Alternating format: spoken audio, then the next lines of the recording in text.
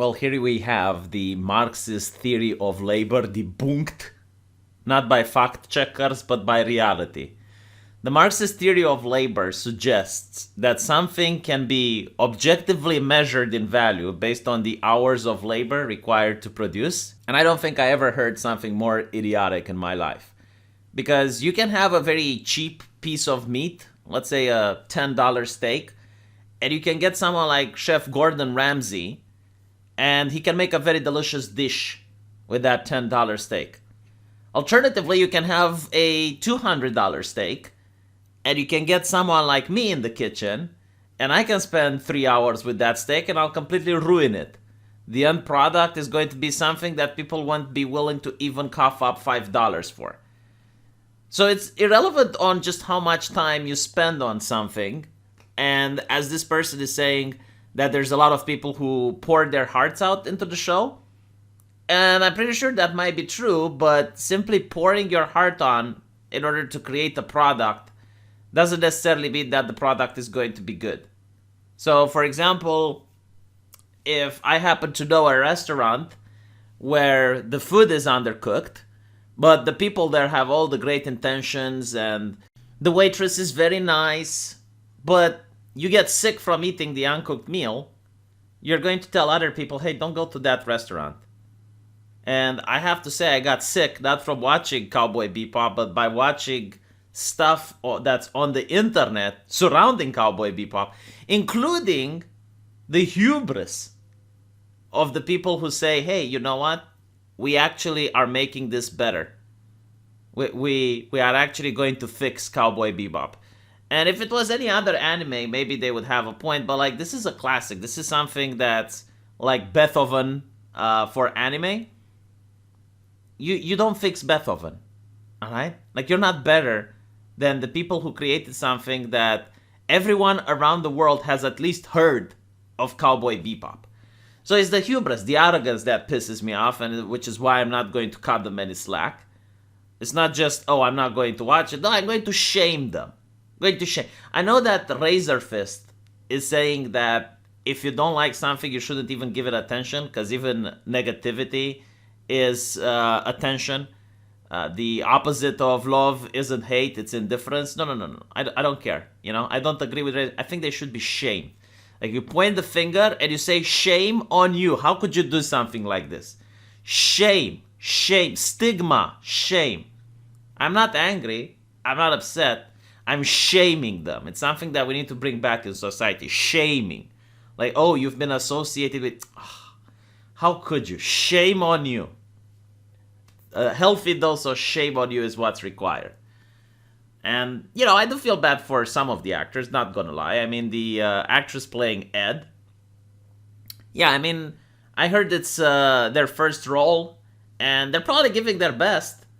But what can I say? You know, the steak is uncooked. It's raw. It's raw. And I'm going to shame. I guess it's part of the job, isn't it, right? Like, if you're a person that works at a company, and the company is renowned for doing bad things, well, some of that stigma gets to stick on you. Like, for example, heaven forbid, you end up working at Blizzard. So, this person, you know, is telling people, hey, if you don't like it, don't talk about it. Because a lot of people put effort in it, right? And now this is something very interesting which is happening. They're claiming that they got this from Netflix. They got this mug and a letter saying that we want to extend our gratitude for all your support over the years. In particular, your open mind that you've had towards our new show, CowBoy Be Bop. The truth, it's easy to criticize things, but approaching new ideas with an open mind is bravery.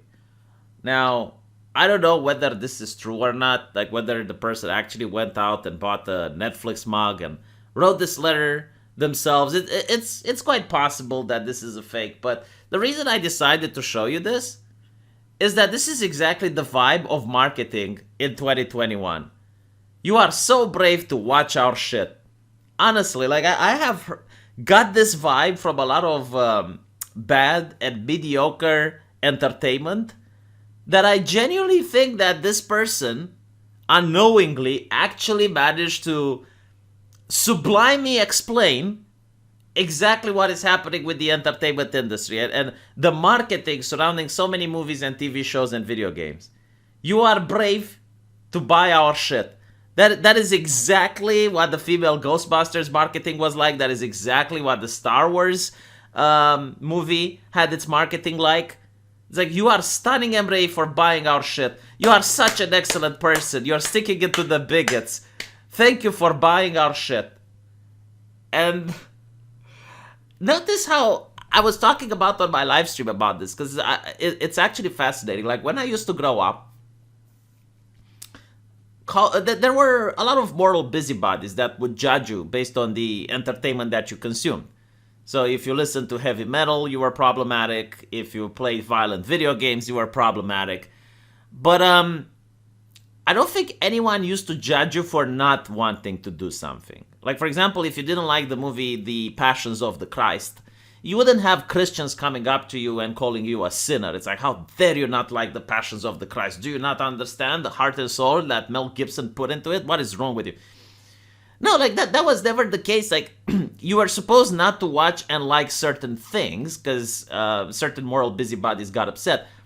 But if you claim that things everyone liked were bad, no one would think you're a bad person.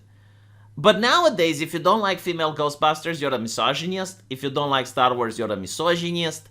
If you don't like some Netflix shit, you're racist. Like, you are literally a bad person if you don't like entertainment. So it's not like if you like stuff, like if you, I don't know, read Mein Kampf or some shit like that. No.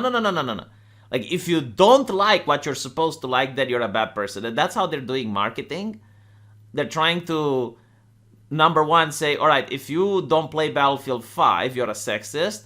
And number two, if you hate sexists, you need to play Battlefield 5 because sexists hate Battlefield 5. And you, by playing it, you're sticking it up to the sexists. So don't you want to stick it up to them? Don't you want to push society towards the right direction by sticking it up? Buy our shit. You are such a brave person if you do so. And yeah, I think this is... finally, it's in front of me now. Finally, all the marketing, you know, like when you put the glasses and you see the reality for what it's like, that's what it is. It's like, buy our shit.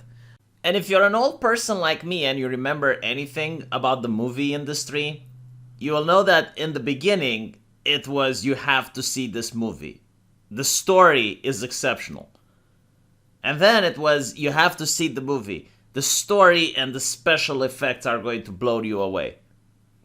Then it was just, you have to see the movie because the special effects are really cool.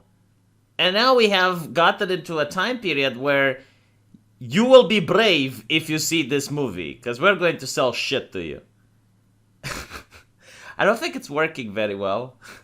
I mean, sure, maybe the New York Times and the other professional critics enjoy it, but for the actual people, they don't really like it. Let me know what you guys think, and I'll see you in the comment section. Take care.